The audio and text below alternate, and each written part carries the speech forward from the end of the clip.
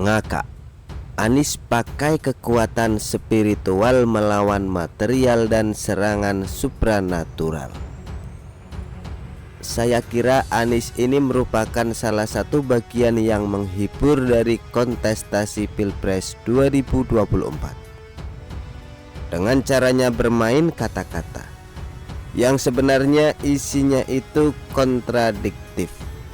Misalnya, dia minta publik melihat rekam jejaknya di DKI Jakarta, padahal sudah jadi pengetahuan umum bahwa banyak program Anies yang gagal di Jakarta, seperti rumah DP 0. Banyak pula persoalan yang tidak diurus oleh Anies, seperti soal penyediaan fasilitas MCK dan penyediaan air bersih buat warga. Stadion JIS hasil ngutang ke pemerintah pusat yang kerap dipakai sebagai prestasi Anies pun lama-kelamaan terungkap banyak kekurangannya.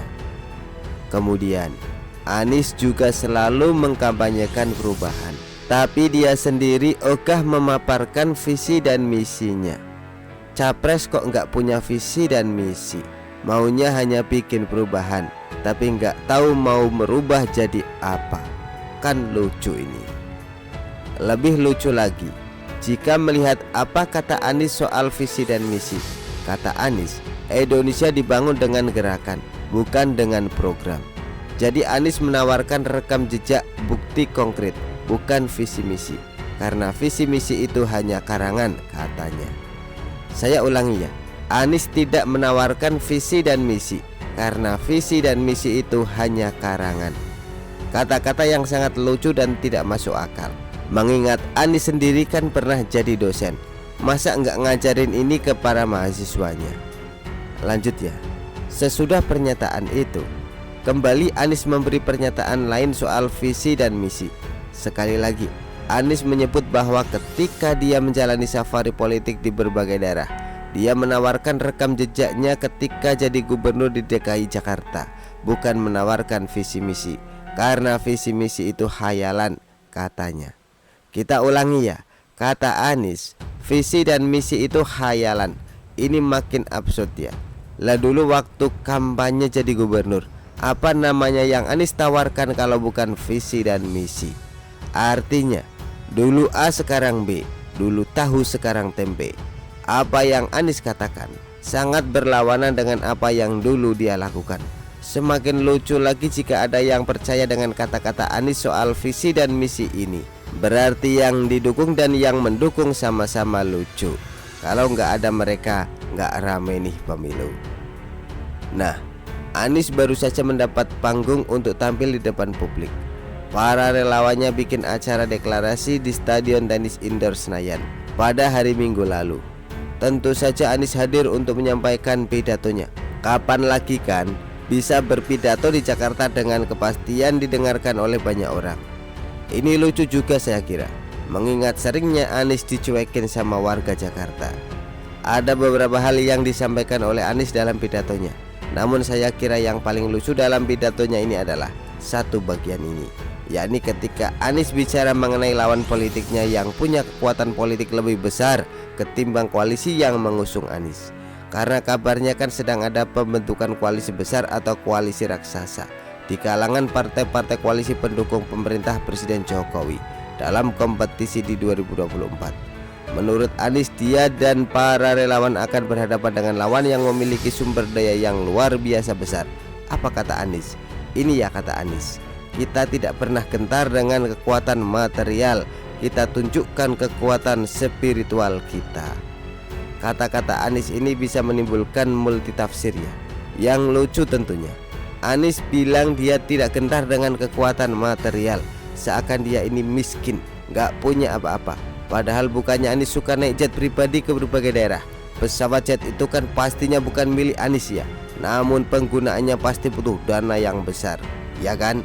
Safari politik Anies dan berbagai door prize fantastis yang ditawarkan di berbagai acara Anies juga butuh dana besar. Hayo, siapa yang ngongkosin? Kekuatan spiritual juga bisa diterjemahkan dengan kekuatan goib.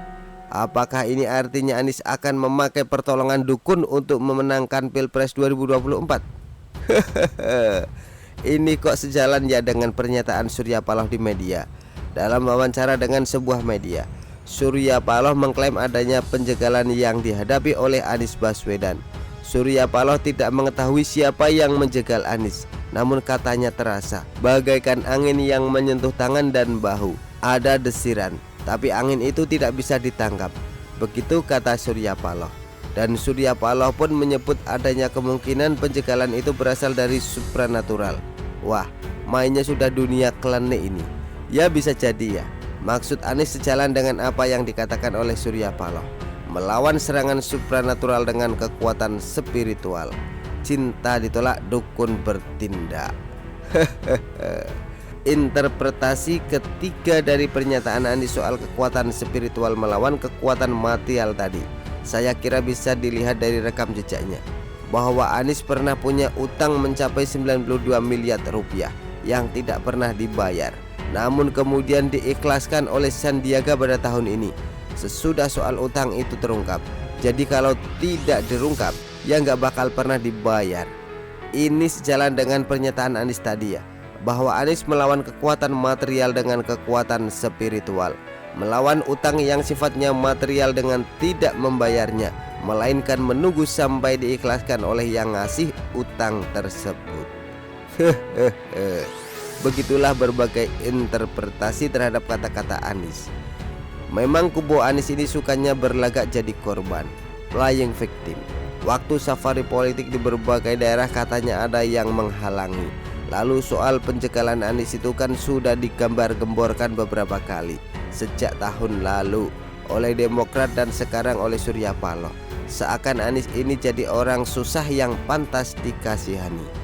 Namun di lain sisi, katanya Nasdem dan PKS tidak khawatir soal elektabilitas Anies yang selalu berada di bawah Ganjar Pranowo dan Prabowo Subianto. Kemudian terkait soal ditinggalnya Nasdem dalam pertemuan para ketua umum partai dengan Presiden Jokowi di istana beberapa waktu lalu, Nasdem katanya juga nggak khawatir.